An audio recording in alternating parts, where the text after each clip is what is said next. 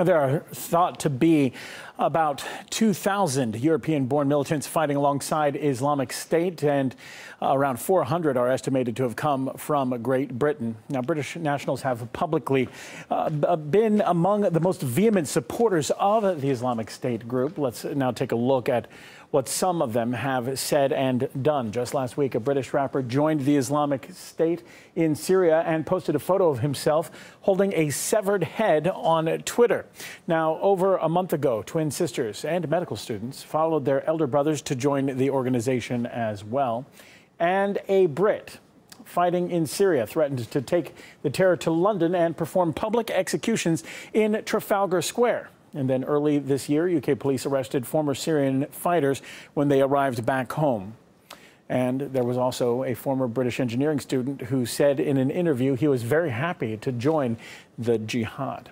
And perhaps the most wanted British terror suspect is Samantha Luthwaite, also known as the White Widow. She's believed to be behind a string of attacks in Kenya, including last September's assault on Nairobi's Westgate Mall that killed at least 67 people.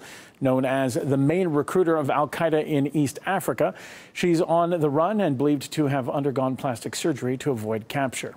Expert on British military policy Dan Glazebrook blames Britain's domestic policy for pushing Muslim men to join the Islamic State.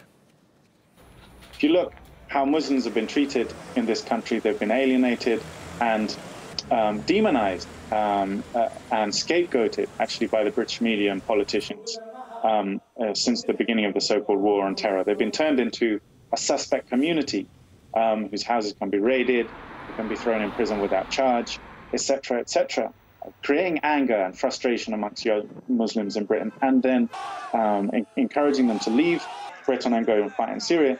These are all creations of the British government and its allies in the media. So it's at the height of cynicism. And then when they return, of course, they're criminalized and demonized once again, having been fated as freedom fighters originally. Then when they return, they're criminalized and demonized again. So it's a very, very cynical policy.